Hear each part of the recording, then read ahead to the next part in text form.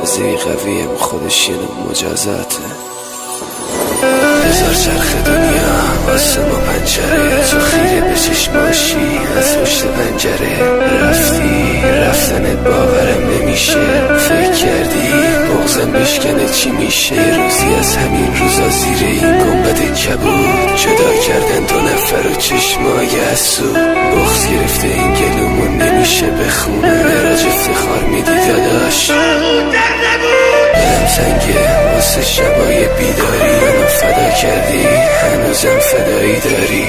مثلا تا میبینن یه کار تو پسته پخش میشه ولی واسه آقا دوسته دیگه. مثلا نمیگم اینجا همه چی حتمیه، اصلا بذار دنیا هر جوری که میخواد باشه. مراج بهم میگه خسته نخور بازم بنویس که دست نوشته هات عکس نوشته هاشه.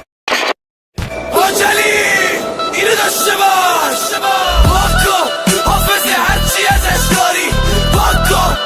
اگه مهراب و دوست داری پاکو، همه ی خاطراتو پاکو، تمام خاطرات این دردونه رو پاکو. دیگه نمیخندم براش خنده هامو پاکو، یه تیغای خودزنی رو دست منم پاکو. بگو کی میده جوابه این ضربه ها رو؟ چقدر دعوا کردم با چشمم نبینه عکسا رو. اصلا خنده هاشو پاک کن، گریه هاشو پاک کن، بغضاشو پاک کن، اسم منم پاک کن، عشقهاشو پاک کن، قهرهاشو پاک کن. دروغاش قشنگ بود دروغاشو پاک کن. اگه مهراب حافظه ی مادرم رو پاک کن، گریه هاشو پاک کن، نفیراشو پاک کن. دیگه قاطی نمی کنم غیرتی نمیشم، دیگه به هیچکی نمیگم بی گریه نیمه شب. این روزا ناسازگاری میکرد با دلم، میگفت فرجور که شده باید از این خونه برم.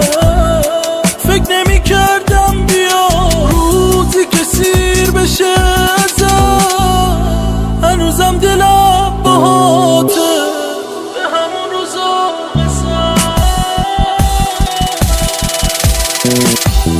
همیشه میگفتی که یه روز از اینجا میرم، اصلا نمیترسیدی از آه بی تقصیرم. اطرافیانت میگن برفتن عادت داری، دلیل تو هرچی که هست